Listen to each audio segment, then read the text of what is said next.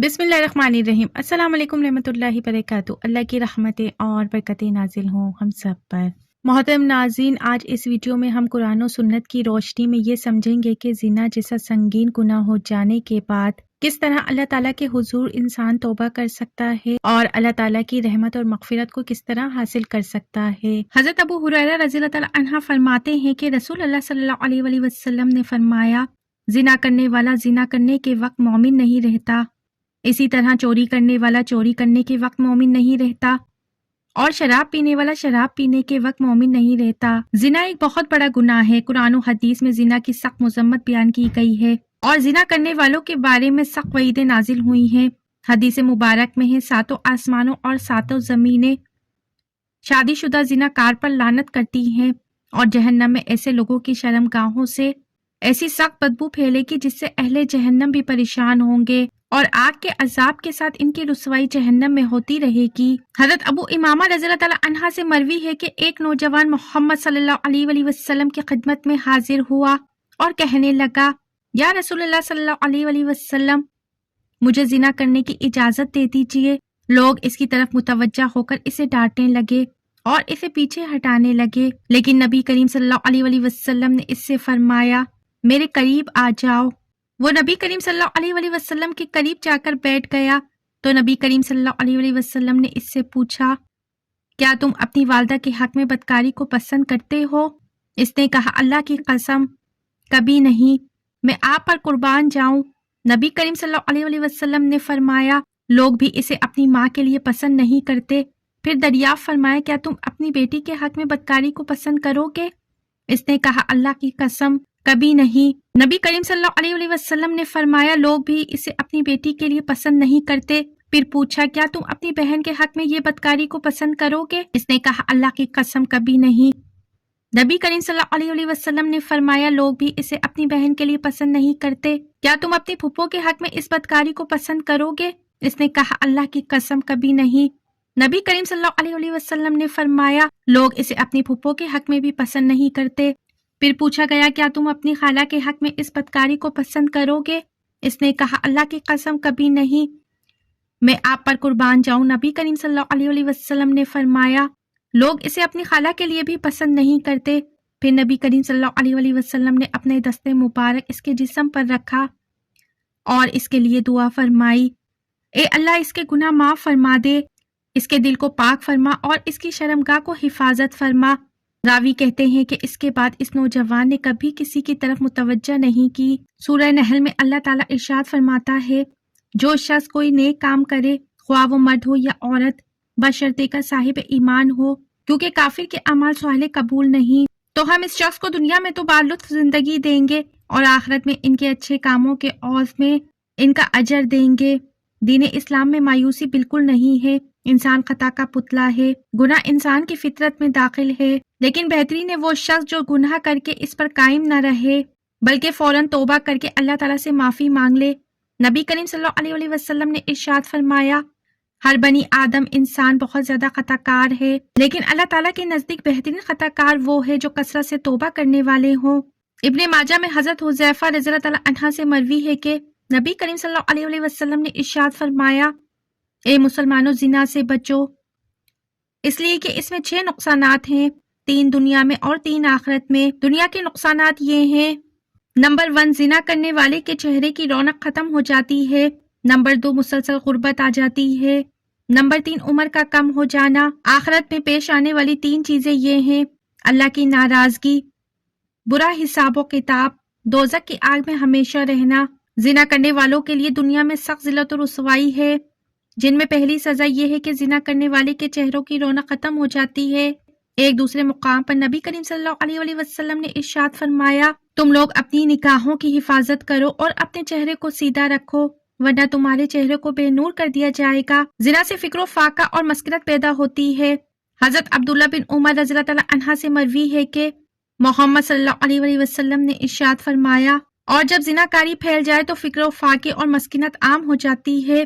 حضرت عبداللہ رضی اللہ تعالیٰ عنہ کہتے ہیں کہ رسول اللہ صلی اللہ علیہ وآلہ وسلم نے فرمایا، جب کسی بستی میں زنا اور سود عام ہو جائے تو گویا اس بستی کے لوگوں نے اپنے آپ کو اللہ کے عذاب کا مستحق بنا لیا ہے۔ کہ ان پر کبھی بھی کسی طرح کا عذاب آ جائے۔ پھر اسی طرح زانی کو دنیا میں بھی اللہ تعالیٰ کی طرف سے سزا مل کر رہتی ہے۔ پھر بڑھاپے کی عمر میں زنا کرنا اللہ کے غضب اور غصے کو بھڑکاتا ہے۔ پھر اسی طرح جس بستی میں زنا عام ہو جائے وہاں موتیں بہت ہونے لگتی ہیں، موت کی کثرت ہو جاتی ہے، قتل کی کثرت ہو جاتی ہے۔ پھر اسی طرح کسی بھی غیر حاضر شخص کی بیوی سے زنا کرنے والے شخص پر اللہ تعالیٰ قیامت کے روز ایک سانپ مسلط کر دیں گے، یعنی کسی عورت کا شوہر کہیں گیا ہوا ہو اور ظاہر ہے کہ شوہر بیوی کا محافظ ہوتا ہے اور اب وہ گھر پر اکیلی ہے تو اس کو اکیلا پا کر کسی نے اس کے ساتھ اگر برائی کی، ایسا شخص قیامت کے دن اس انجام سے دوچار ہوگا۔ حضرت عبداللہ بن عمر کہتے ہیں کہ رسول اللہ صلی اللہ علیہ وآلہ وسلم نے فرمایا، جو شخص کسی غیر حاضر آدمی کی بیوی کے بستر پر آ کر بیٹھتا ہے اس کا انجام اس شخص جیسا ہے جسے قیامت کے روز زہریلے سانپوں میں سے ایک سانپ ڈسے گا۔ پھر ہمسائے کی بیوی سے زنا کرنے کا عذاب یا اس کی سزا کسی بھی دوسری عورت کے ساتھ زنا کرنے سے 10 گنا زیادہ ہے، کیونکہ ہمسایوں کے حقوق بھی ہوتے ہیں۔ حضرت عبداللہ رضی اللہ عنہ بیان کرتے ہیں کہ میں نے رسول اللہ صلی اللہ علیہ وآلہ وسلم سے پوچھا، کون سا گناہ اللہ کے نزدیک سب سے بڑا ہے؟ آپ صلی اللہ علیہ وآلہ وسلم نے فرمایا، یہ کہ تو اللہ کے ساتھ کسی کو شریک ٹھہرائے جبکہ اس نے تمہیں پیدا کیا ہے۔ وہ کہتے ہیں میں نے آپ سے عرض کی یہ تو واقعی بہت بڑا گناہ ہے۔ وہ کہتے ہیں میں نے پوچھا پھر کون سا؟ آپ نے فرمایا تو اپنی اولاد کو اس اندیشے سے قتل کر دے کہ وہ تمہارے کھانے میں شریک ہوگی۔ وہ کہتے ہیں میں نے پوچھا پھر کون سا؟ آپ صلی اللہ علیہ وآلہ وسلم نے فرمایا پھر یہ کہ تو اپنے ہمسائے کی بیوی کے ساتھ زنا کرے۔ حضور اکرم صلی اللہ علیہ وآلہ وسلم نے اپنے صحابہ سے دریافت فرمایا، زنا کے بارے میں تمہارا کیا خیال ہے؟ صحابہ نے عرض کی، زنا کو اللہ اور اس کے رسول صلی اللہ علیہ وآلہ وسلم نے حرام قرار دیا ہے، لہٰذا وہ قیامت تک حرام ہے۔ محترم ناظرین، کیا آپ کو پتا ہے کہ آخرت میں ایسے شخص کا انجام کیا ہے؟ کسی کو معلوم ہے جو دنیا میں زنا کرتا ہے قیامت کے دن اس کا انجام کیا ہے؟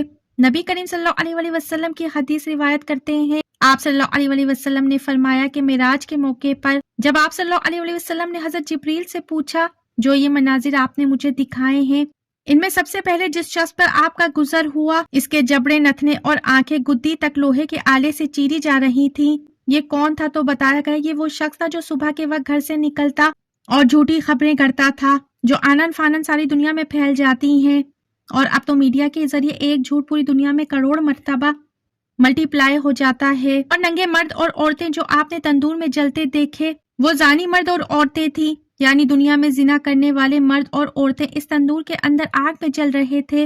حضور اکرم صلی اللہ علیہ وآلہ وسلم کی خدمت میں ایک خاتون آئی اور کہنے لگی کہ مجھ سے گناہ ہو گیا ہے، میرے پیٹ میں ناجائز بچہ ہے۔ آپ صلی اللہ علیہ وآلہ وسلم نے فرمایا میں کیسے مان لوں کہ تو نے بدکاری کی ہے؟ پر اس خاتون پر احساس گناہ بڑا تھا، تو آپ صلی اللہ علیہ وآلہ وسلم نے فرمایا کہ جاؤ اور بچہ پیدا ہونے کے بعد پھر آ جانا۔ پھول جیسا بچہ پیدا ہوا تو وہ بچہ گود میں لیے آپ صلی اللہ علیہ وآلہ وسلم کے پاس آ گئی، تو آپ صلی اللہ علیہ وآلہ وسلم نے فرمایا کہ غلطی تیری ہے، بچے کی نہیں، واپس جاؤ اور اسے دودھ پلاؤ، جب روٹی کھانے لگ جائے تب آ جانا۔ اور صحابہ کرام رضوان اللہ اجمعین کہتے ہیں کہ جب وہ بچہ 2 سال کا ہوا تو وہ 2 سال کے بعد آئی تو بچے کے ہاتھ میں روٹی کا ٹکڑا تھا، اور جب آئی تو رونے لگی اور کہا اے محبوب خدا صلی اللہ علیہ وآلہ وسلم، ساری رات مجھے نیند نہیں آتی، یہ گناہ چبھتا ہے مجھے اور مجھے پریشان کرتا ہے، اور اگر آج میں مر گئی تو اللہ کی بارگاہ میں کیا جواب دوں گی؟ نظر کرم فرمائے تو آپ صلی اللہ علیہ وآلہ وسلم نے فرمایا کہ بچہ ایک صحابی کو دے دو اور اسے کہو کہ اس کی اپنے بچوں کی طرح پرورش کرنا۔ پھر فرمایا کہ اس خاتون کو باہر لے جاؤ اور پتھر مار مار کر سنسار کر دو یہاں تک کہ وہ انتقال کر گئی۔ آپ صلی اللہ علیہ وآلہ وسلم نے 2 صحابیات کی ڈیوٹی لگائی اور فرمایا کہ اسے اٹھاؤ، غسل بھی دو اور کفن بھی پہناؤ۔ اور جب یہ سارے کام ہو گئے تو آپ صلی اللہ علیہ وآلہ وسلم نے کہا کہ میں اس کا جنازہ خود پڑھاؤں گا۔